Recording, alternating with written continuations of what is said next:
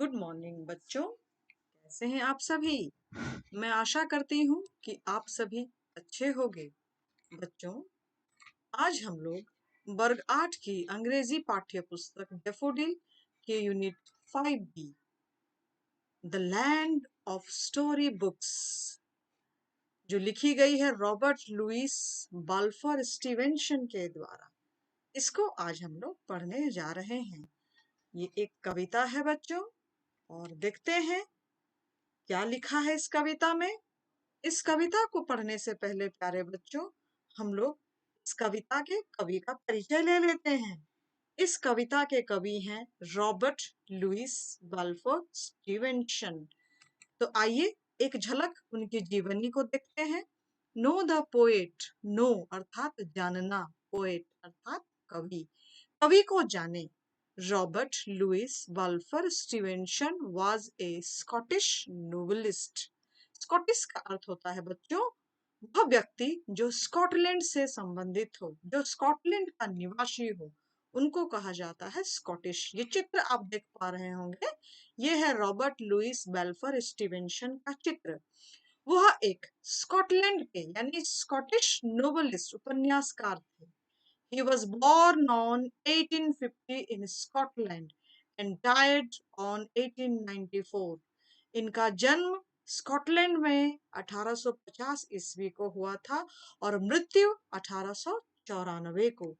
His most famous works are Treasure Island, Kidnapped, Strange Case of Dr. Jekyll and Mr. Hyde, and A Child's Garden of Verses.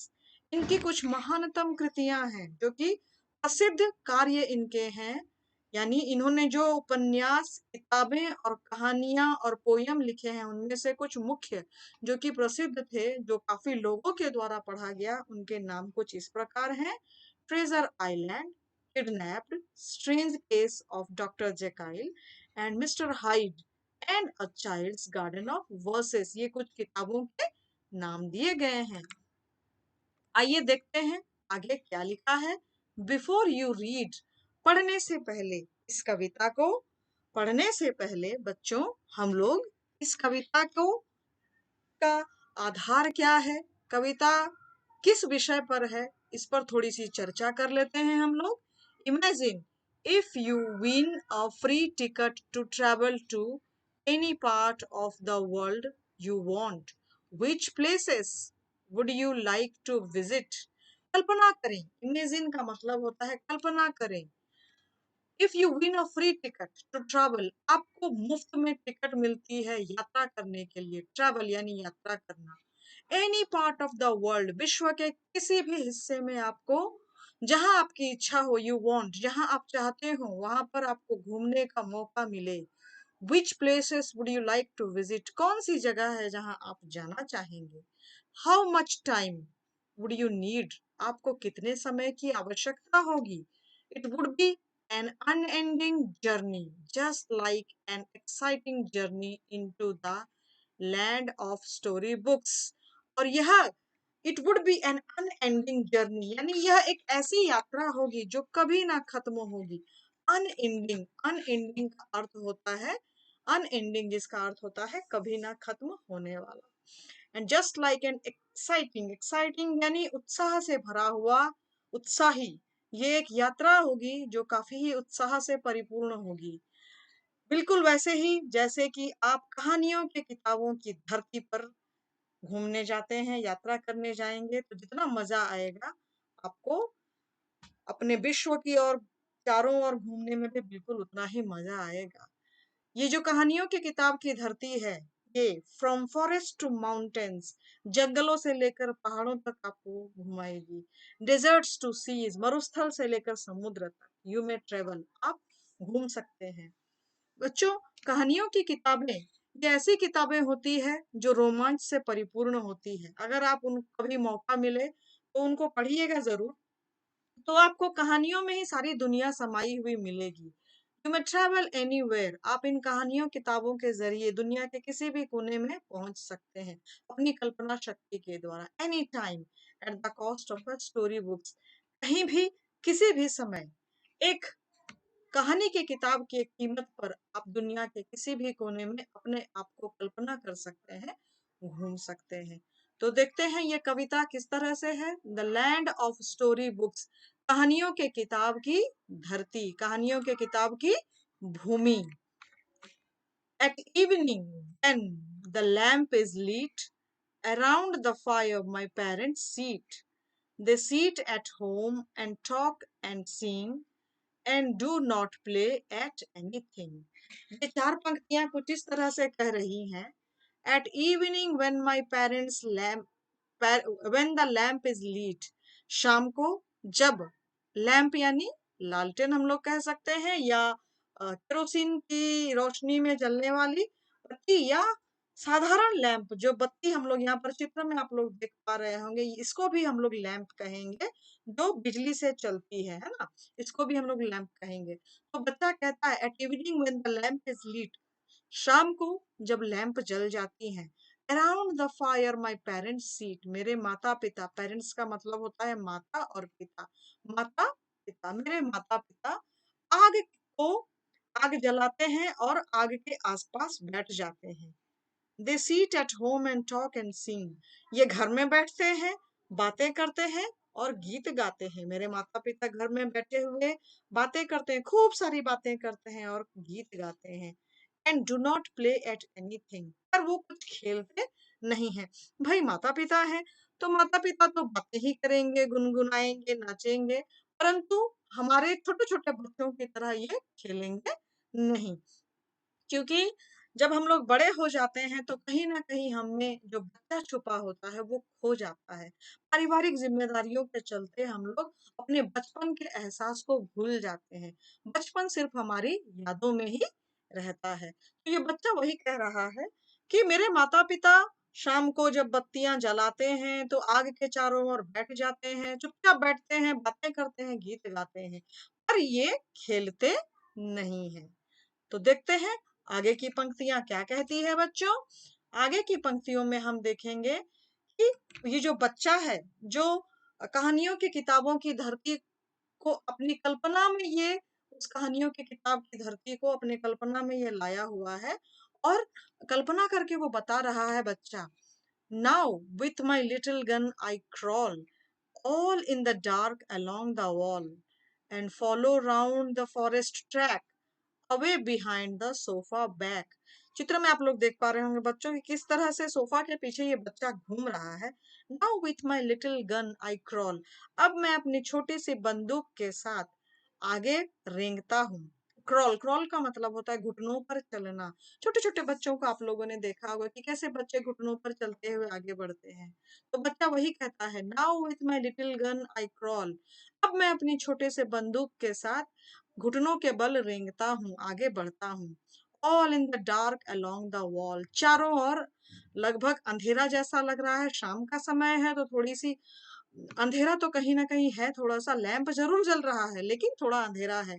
All in the dark along the wall, मैं दीवारों के बगल से, है ना, वो मैं दीवारों के बगल से घुटनों के बल चलता हुआ घूम रहा हूँ। And follow round the forest track, और बच्चा इसको कल्पना कर रहा है कि ये जंगल के रास्ते में घूम रहा है। वो घर में ही है बच्चा, बच्चा घर में ही अपने सोफा के पीछे घूम रहा है, घुटने के बल रेंग रेंग कर आगे बढ़ रहा है अपने छोटे से बंदूक को पकड़े हुए। पर वो बोल रहा है and follow round the forest track, कि उसको वो उस जगह को, वो अपने घर को, वो जंगल का रास्ता की कल्पना की है उसने, और कहता है कि मैं जंगली रास्ते पर भटक रहा हूँ, घूम रहा हूँ। Away behind the sofa back, sofa के पीछे, सोफा के पीछे बच्चा छुपा हुआ है, खेल रहा है और घूम रहा है, और उसी सोफा के पीछे की जगह को ही उसने जंगल की उपमा दे दी है। उसको ही वो जंगल कह रहा है, जंगल के रास्ते कह रहा है। आगे देखते हैं बच्चों, आगे की पंक्तियों में क्या लिखा है कवि ने। कवि यहाँ पर एक छोटे बच्चे के रूप में कल्पना कर रहे हैं। वो अपने आप को एक छोटे से बच्चे के रूप में रखे हुए हैं और छोटे से बच्चे की मनस्थिति जो है, उसकी जो मनों की भावना है, उसको ही यहाँ पर जाहिर कर रहे हैं। There in the night where none can spy, all in my hunter's camp I lie and play at books that I have read till it is it's time to go to bed. There in the night, वहां पर मैं जंगल में, बच्चा कहता है मैं कहानियों की किताब में हूँ और जंगल में हूँ मैं इस वक्त। देयर इन द नाइट, जंगल में रात को। देयर नन कैन स्पाई, जब कोई भी जासूसी ना कर पाता हो। स्पाई, स्पाई का मतलब होता है जासूसी करना। वेयर नन कैन स्पाई, जब कोई भी जासूसी ना करता हो। All in my hunter's camp I lie, तो मैं अपना जो शिकारी लोगों का तंबू होता है, मैंने वहां पर तंबू भी रखा हुआ है। ये तंबू आप लोग देख रहे होंगे बच्चों, इसको कैंप कहते हैं ना, हंटर्स। हंटर्स यानी शिकारी। यहाँ पर ये बच्चा अपने आप को शिकारी के रूप में कल्पना कर रहा है। वो कहता है all in my hunter's camp I lie, मैं अपने शिकारी का जो तंबू होता है उसमें लेटता हूँ। आई लाई, लाई का मतलब होता है लेटना, मैं लेटता हूँ। And play at books that I have read, और मैंने वो जो किताबें जिनको मैंने पढ़ लिया है उन किताबों के साथ मैं खेलता हूँ। Till it's time to go to bed, जब तक कि ये बिस्तर पर जाने का समय नहीं हो जाता है तब तक मैं अपने किताबों के साथ खेलता हूँ। किताबों के साथ खेलने का अर्थ होता है बच्चों, ये बच्चा किताबों को पढ़ता है और उन्हीं किताबों को पढ़ते हुए कहानियों की दुनिया में वो खो जाता है, अपने आप को कहानी का पात्र सोच लेता है वो। और कहानी में जो जो घटनाएं, जो जो स्थान पढ़ता है वो बच्चा, उन स्थानों को कल्पना करता है और उन स्थानों में अपने आप को घूमता हुआ ये पाता है। देखते हैं आगे की चार पंक्तियां क्या कहती है। आगे की चार पंक्तियां कहती है बच्चों, these are the hills, these are the woods, यहाँ पर पहाड़ियां हैं। हिल्स यानी छोटी छोटी पहाड़ियां हैं। दीज आर द वुड्स, और जंगल भी है। मेरी कहानियों की किताब की जो धरती है वहां पर पहाड़ हैं और जंगल भी हैं।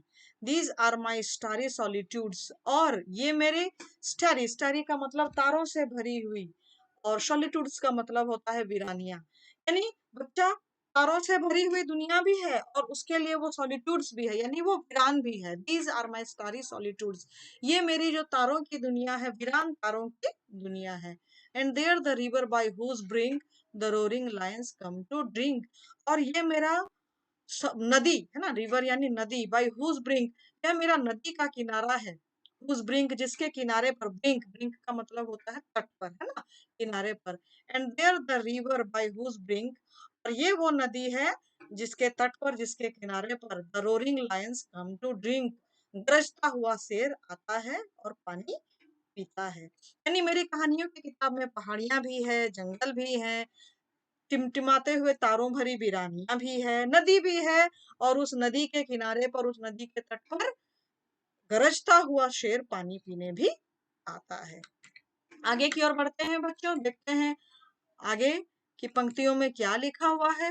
आगे की पंक्तियों में लिखा हुआ है, I see the others far away, मैं देखता हूँ सबको, लोगों को, दूसरों को मैं देखता हूँ, फार अवे, दूर है, मुझसे बहुत दूर है। As if in fire, as if in fire lit camp delay, I see the others far away, मैं दूसरों को बहुत दूर देखता हूँ। As if in fire lit camp delay, ऐसा लगता है कि जैसे आग जले हुए कैंप में, है ना, कैंप में उन्होंने आग जलाया हुआ है और वहां वो रुके हुए हैं, वहां वो लेटे हुए हैं। ले, ले का मतलब होता है रुके हुए हो या लेटे हुए हो। And I like to an Indian scout, और मैं एक इंडियन स्काउट, यहाँ पर आप देख सकते हैं बच्चों, ये जो चित्र है, जो यूनिफॉर्म आप लोग देख रहे हैं नीले रंग का, ये स्काउट एंड गाइड का यूनिफॉर्म होता है। And I like to an Indian scout, और मैं एक इंडियन स्काउट को पसंद करता हूँ, उस तरह बनना चाहता। Around their party prowled about, वहां पर जहाँ उनकी जो पार्टी हो रही है, around their party prowled about, about, around their party prowled about, यानी मैं एक इंडियन स्काउट की तरह, I like to an Indian scout, मैं एक इंडियन स्काउट की तरह होना चाहता हूँ, पसंद करता है। Around their party prowled about, और उनके पार्टी के चारों ओर दबे पांव से चहलकदमी करना चाहता हूँ। वो जो आग जलाए हुए हैं, यहाँ चित्र में आप लोग देख पा रहे हैं, बच्चे की कल्पना है, ठीक है, कि मैं दूसरों को दूर कहीं देख पा रहा हूँ और वो लोग अपने कैंप में आग जलाए हुए हैं और आग को जलाकर चारों ओर घेर कर सब पे बैठे हुए हैं, आराम फरमा रहे हैं, सुस्ती हो रहे हैं। और मैं एक इंडियन स्काउट की तरह दबे पांव उनके पार्टी के चारों ओर, वो जो वहां पर मजे कर रहे हैं उनके चारों ओर मैं दबे पांव चहलकदमी करना चाहता हूँ, चुपचाप से, ताकि किसी को पता ना चले। अब देखते हैं बच्चों आगे की पंक्तियां क्या कहती है। आगे की पंक्तियों में हम लोग देखते हैं कि So when my mother comes in for me, home I return across the sea and go to bed with backward books at my dear land of story books. तो बच्चा अब कल्पना की दुनिया से, ठीक है, धीरे धीरे बाहर आने लगा है, क्योंकि अब उसकी so when my mother comes in for me, उसकी माँ, जब वो बच्चा किताबें पढ़ते हुए दुनिया में खो चुका है, कहानियों की दुनिया में, किताबों में खो चुका है, वो कहानियों की किताब की दुनिया में ही उसने कल्पना कर ली है सब कुछ, बहुत कुछ, और उसमें वो खो चुका है। तो जब उसकी माँ उसके पास आती है उसको बुलाने के लिए, home I return across the sea, तो बच्चा कहता है मैं समुद्र को पार करते हुए अपने घर की ओर वापस लौटता हूँ। बच्चे ने अपनी कल्पना में ही पेड़ पौधे, नदी, झरने, जानवर, शिकारियों का झुंड, शिकारियों का कैंप, समुद्र, सब कुछ देख लिया है बच्चे बच्चे ने, है ना। Home I return across the sea, तो मैं जैसे ही मेरी माँ मेरे कमरे में मेरे पास आती है तो मैं समुद्र को पार करता हुआ अपने घर की ओर वापस आता हूँ। And go to bed with backward looks, और पीछे की ओर देखते हुए, एक बार पीछे की ओर देखते हुए मैं अपने बिस्तर की ओर आ जाता हूँ। बैकवर्ड लुक्स यानी अपनी पिछली घटनाओं को याद करना। यहाँ पर बच्चे ने अपने साथ जो उसने जो कल्पना किया था, वो कल्पना को वो दोबारा एक बार रिकॉल करता है, पुनरावृत्ति करता है अपने मन में, और वो बिस्तर की ओर चल पड़ता है। At my dear land of story books, और बच्चा अपना जो कहानियों की किताबों की दुनिया में खोया हुआ था, एक झलक बेड पर सोने से पहले वो उस कहानियों की दुनिया में फिर से एक बार एक झलक देख लेता है और वापस से अपने बेड पर आ जाता है। तो ये था बच्चों आप लोगों का कविता the land of story books, जहां पर कवि ने एक बच्चे की कल्पना को, कवि ने एक बच्चे की कल्पना शक्ति को यहाँ दर्शाया है कि किस तरह एक नन्हा सा बच्चा अपने आप को कहानियों की दुनिया में ले गया, और वहां पर वो कल्पना में ही उसने वो सब कुछ काम किए जो हम लोग वास्तविक रूप में करना चाहते हैं। इस बच्चे की कल्पना शक्ति बहुत ही अच्छी थी। तो यह इसी के साथ हमारा ये कविता, ये पाठ यहाँ पर खत्म होता है। हम लोग अगले पाठ में दोबारा फिर मिलते हैं। तब तक आप लोग खुश रहिए, स्वस्थ रहिए और अपना ख्याल रखिए। धन्यवाद।